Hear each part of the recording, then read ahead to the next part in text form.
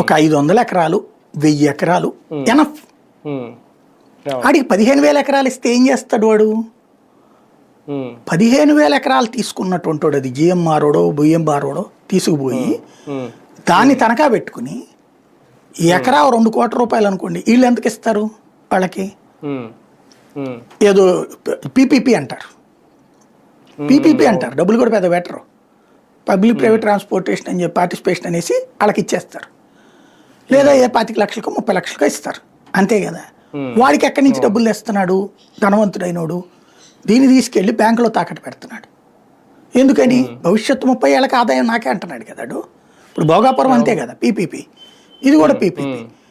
ఇది పెట్టేసి రేపు ఆ డబ్బులు తీసుకుంటాడు బ్యాంక్ నుంచి, బ్యాంకు నుంచి తీసుకున్న అప్పుతో అది కడతాడు.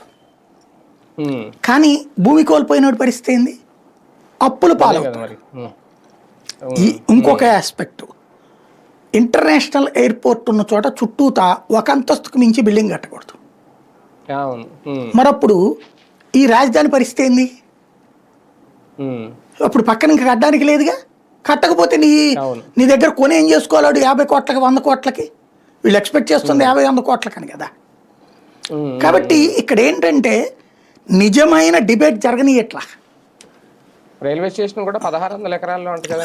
1600 ఎకరాల్లో రైల్వే స్టేషన్, బస్ స్టాండ్ 5,000 ఎకరాల్లో కట్టుకుంటే ఏం చేసుకోవాలి అంటే? విజయవాడ రైల్వే స్టేషన్ 8 ఎకరాలు అంట కదా సార్.